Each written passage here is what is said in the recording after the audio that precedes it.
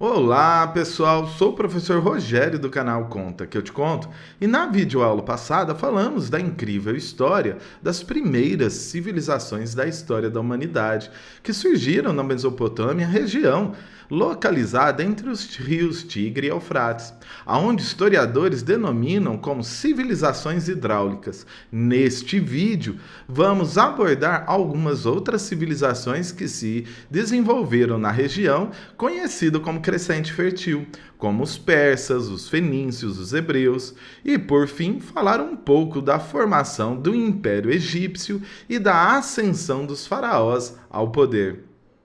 Ocupando as terras do Planalto iraniano, o povo persa se estabeleceu nesta região por volta dos anos 2000 a.C. No trajeto da civilização persa, observamos a formação de um estado militar de caráter eminentemente expansionista. Em 1539 a.C., o rei Ciro I empreendeu a conquista dos babilônios. Logo depois dessa conquista, outras regiões foram controladas por esse povo. Sob os governantes mais importantes dessa civilização, nós temos Ciro, Dário I, Xerxes, e o Império Persa se expandiu significativamente, estendendo-se por vastos territórios, incluindo partes da Ásia, da África e até da Europa. O império foi marcado por uma administração bem organizada, com províncias administrativas chamadas de satrápias, cada uma liderada por um satrapa. Após dominar toda a Mesopotâmia, os persas conseguiram alargar as fronteiras do rio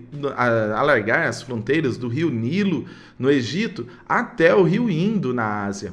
Conhecido por sua capacidade de se aliar, politicamente às elites dominantes da cada região, Ciro conseguiu construir um grande império. Logo após a sua morte, Cambises, filho de Ciro I, continuou a aumentar os domínios do povo persa.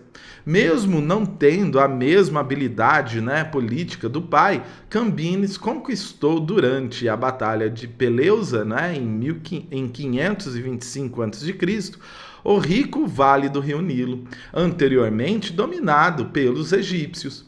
Morrendo em 522 a.C. e sem deixar herdeiros diretos ao trono, Cambises foi sucedido por Dário I, em seu governo que se estendeu até 484 a.C. Observamos uma interessante reforma política e responsável pelo apogeu do Império Persa. Durante a sua administração, Dário percebeu que a grande expansão do seu império inviabilizava a manutenção de um sistema político centralizado.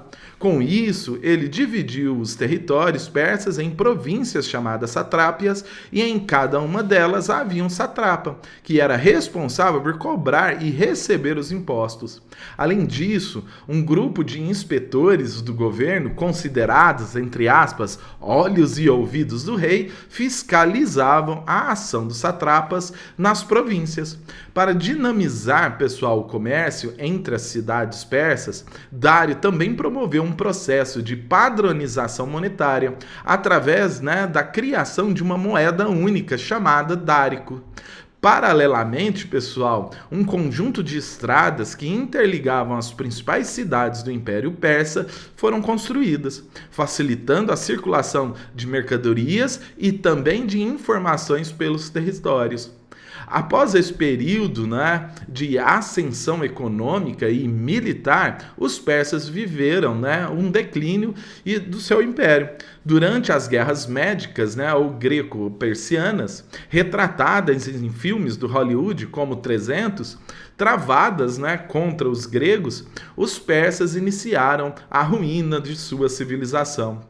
Depois de se enfraquecer muito, né, com a derrota nas guerras médicas, os persas acabaram sendo subjugados pelas civilizações macedônicas. Liderado pelo grande, né, Alexandre o Grande, os macedônicos dominaram os persas a partir do ano, né, de 330 a.C. No âmbito cultural, a civilização persa destacou-se por diferentes maneiras. No campo religioso, o dualismo, né, entre divindades e o duelo entre as forças do bem e do mal teve destaque, tendo como grande profeta o Zoroastro, a religião teísta, né? Eu acho que é assim que se fala, tá, pessoal? Propagou essas estruturas antagônicas de pensamento da cultura religiosa dos persas. Até hoje, pessoal, o zoroatrismo é uma religião praticada no mundo oriental.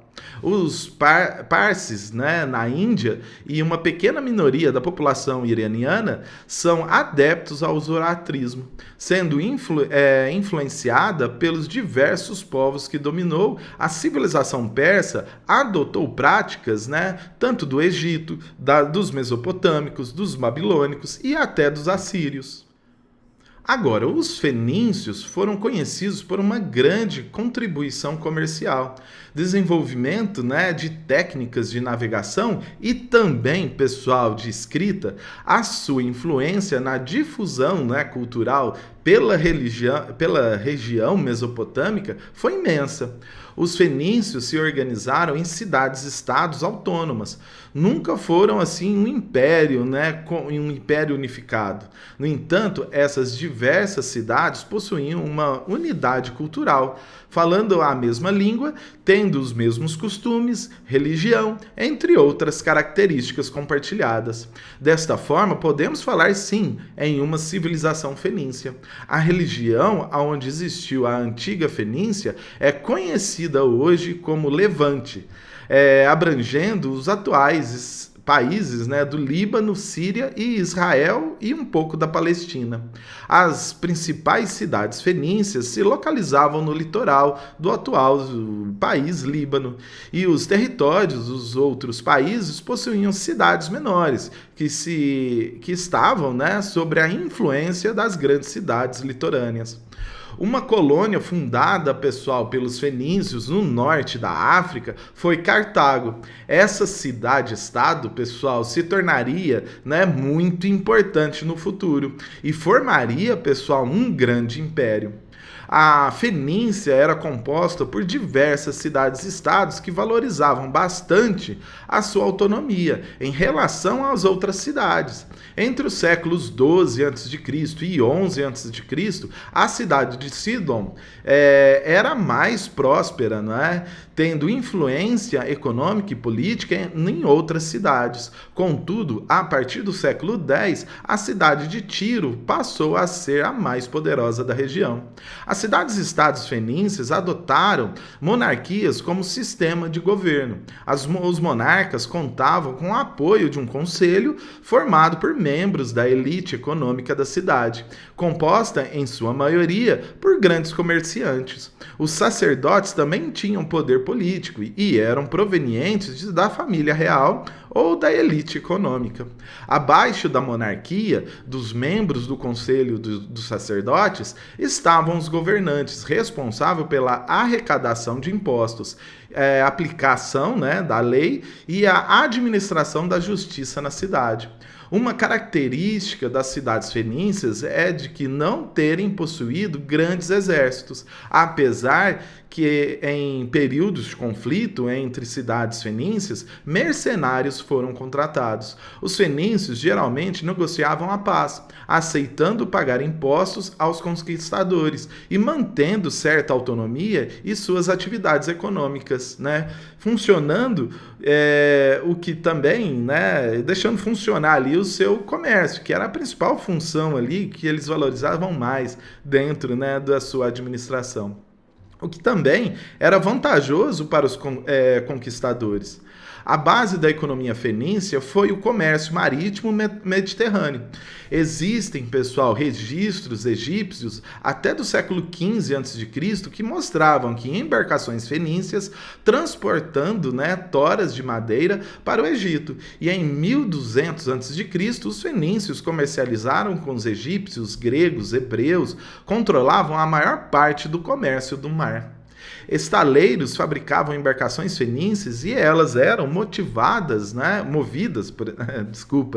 por velas e por remadores. Os fenícios foram os primeiros a construírem birremes, os ancestrais dos triremes gregos que ficaram tão famosos aí na antiguidade. A posição fenícia era estratégica, A posição geográfica fenícia era muito estratégica, sendo o local de encontro de 3 continentes, a Ásia, a África e a Europa. Aproveitando-se dessa situação, os fenícios foram intermediários nas relações comerciais dos povos desses 3 continentes. Eles transportavam estanho para a Espanha, marfim e ouro para a África, âmbar da região do Mar Negro, entre diversas outras mercadorias muito valorizadas na história antiga e desse período.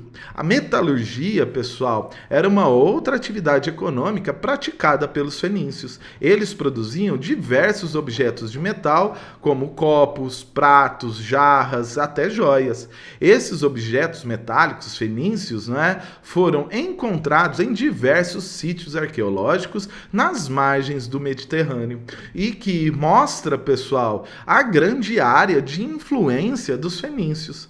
A púrpura tíria, eu acho que é assim, foi outra importante mercadoria produzida e comercializada exclusivamente pelos fenícios.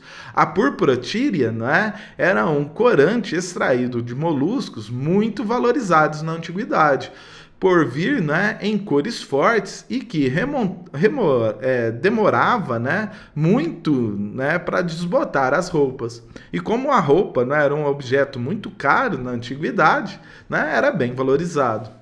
Ainda hoje, na época do comércio global, as empresas buscam e tornar o comércio mais rápido. Foi por esse motivo, pessoal, que os fenícios usaram como referência a antigas formas de escrita e criaram, pessoal, o alfabeto.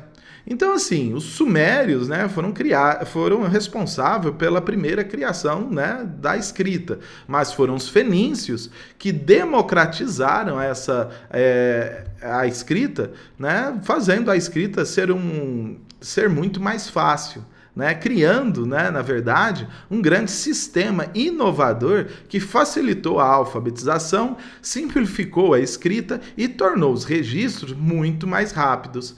Os antigos sistemas de escrita, pessoal, utilizavam centenas, às vezes milhares de caracteres. O alfabeto fenício, por sua vez, teve pelo menos 30 caracteres. Por volta do século VIII a.C., os gregos adaptaram o alfabeto fenício para a sua língua, acrescentando, pessoal, apenas as vogais, que não existiam no alfabeto anterior. Os romanos, por sua vez, se apropriaram do alfabeto grego, modificando novamente os seus caracteres, dando origem ao alfabeto latino e dando origem aí às mais diversas línguas que existem hoje na humanidade, incluindo a língua portuguesa.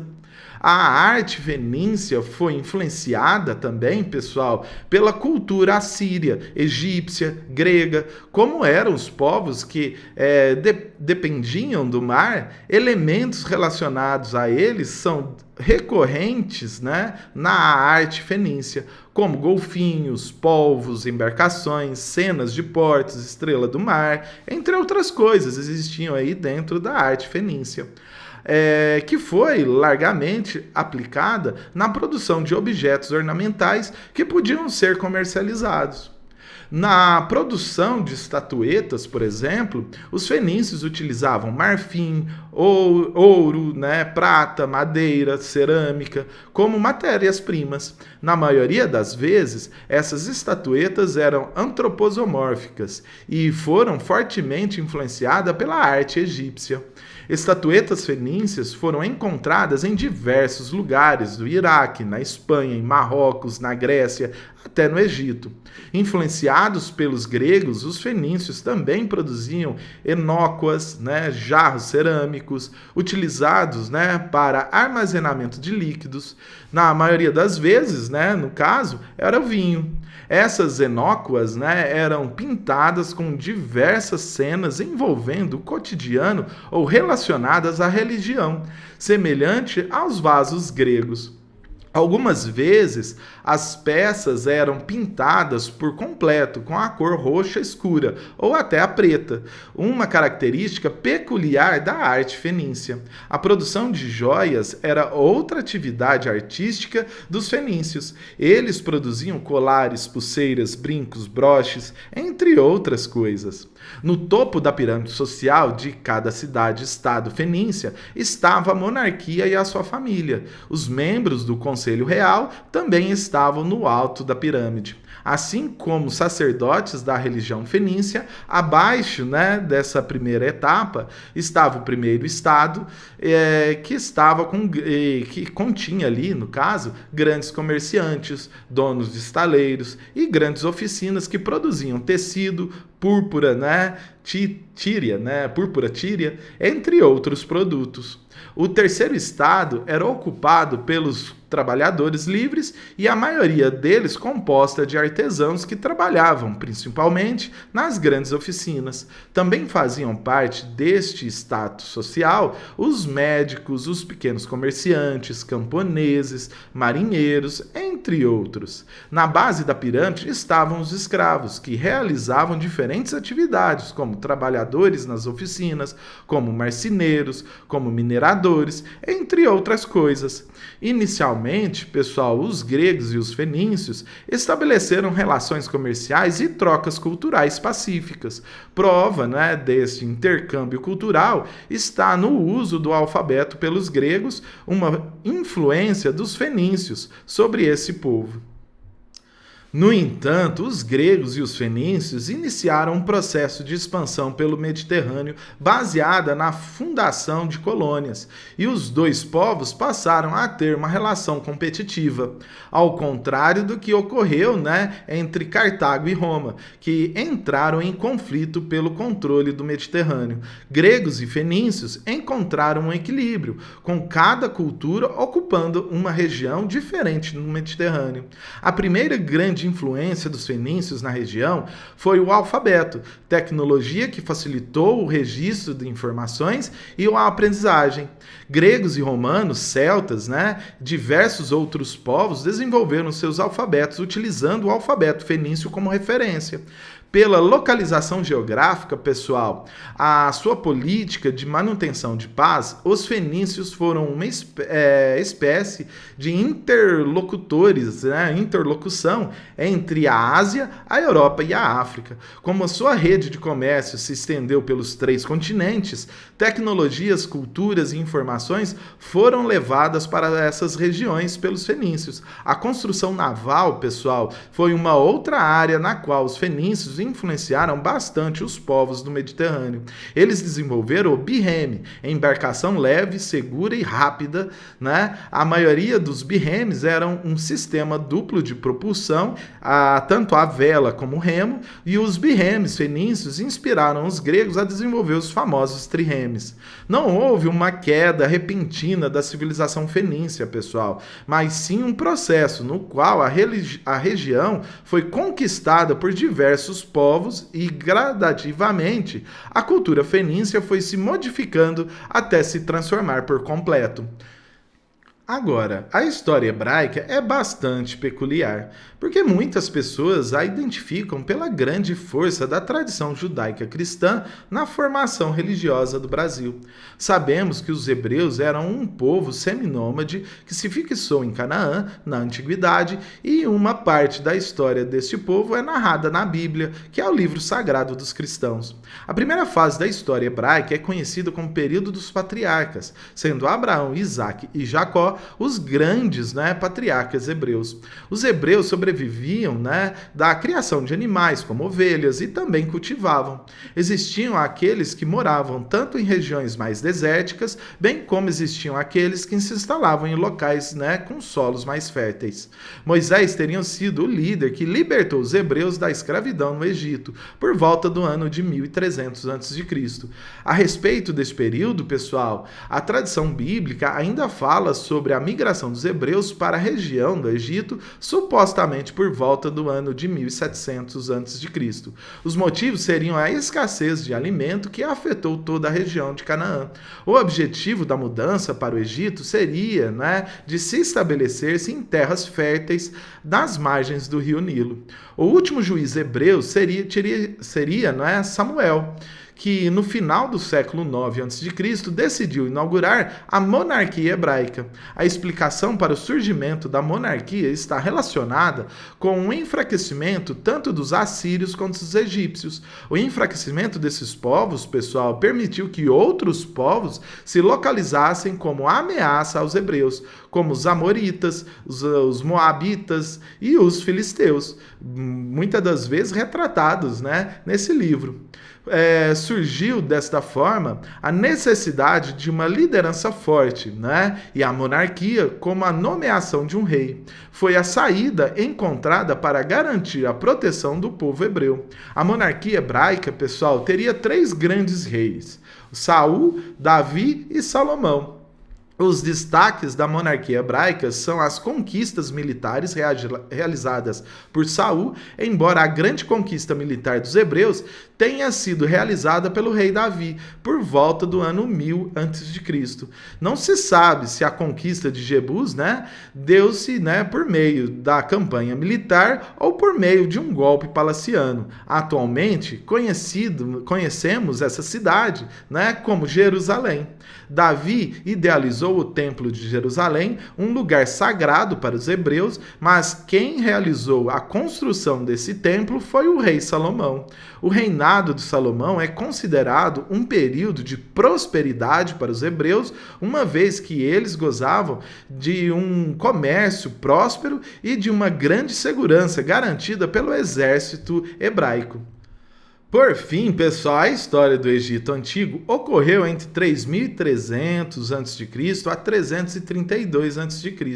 São, portanto, pessoal, 2700 anos de história, considerada pela historiografia como a mais longa experiência humana documentada de uma continuidade política, cultural e militar. O Egito Antigo foi o primeiro reino unificado da história da humanidade. Desenvolveu uma língua falada que permaneceu estável por mais ou menos, pessoal, 4.500 anos, no período entre 3000 a 500 depois de Cristo.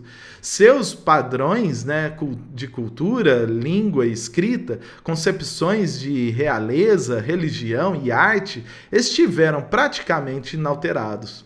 Por essas razões, a civilização do Egito Antigo é considerada uma das mais antigas civilizações do mundo. E é comum a divisão da história faraônica, do Egito Antigo em 3 grandes períodos distintos. O primeiro é o Reino Antigo, de 320 a 2134 a.C. Foi o período de desenvolvimento das bases da civilização egípcia, no qual foi desenvolvida a escrita hieroglífica, o sepultamento em sepulcros, de pedra, e mais tarde as pirâmides, como as de Gizé. O segundo período, pessoal, é o Reino Médio, de 2040 a 1640 a.C. Foi um período marcado por instabilidades, primeiro a descentralização do poder real, devido ao aumento da sua complexidade do reino, exigindo maior controle local e com acarretamento, né? Desculpa, a redução do poder faraônico, né? Em segundo lugar, por conta, né, das invasões estrangeiras dos povos bisco, né? Que conquistou o Egito e dividiu entre vários sub-reinos e criou novas dinastias. A reunificação do Egito ocorreu somente em Ramsés I, que expulsou os Hicsos, né, nesse período. Por fim, pessoal, nós temos aí o Reino Novo, que foi de 1550 a 1070 a.C. Foi um período de alto militarismo, considerado como o de auge, né, das conquistas, né, egípcias, riquezas e o poder. Pela época, os faraós passaram a ser sepultados em Vale dos Reis, em túmulos secretos subterrâneos ricamente ornamentados. Como destaque, pode-se apontar o rei Ramsés III da 20ª dinastia, considerado o último grande rei egípcio antes dos domínios aí estrangeiros. Além disso, foi a única civilização da época e na região a se consolidar como um reino unificado. Ao contrário, por exemplo, que aconteceu na Mesopotâmia, que embora tenha tido, né, vários reinos, nunca se unificou por completo. Isso, em parte, é explicado pela necessidade de um Estado centralizado que organizasse as grandes obras de irrigação necessárias para garantir a sobrevivência da população e a sua própria existência.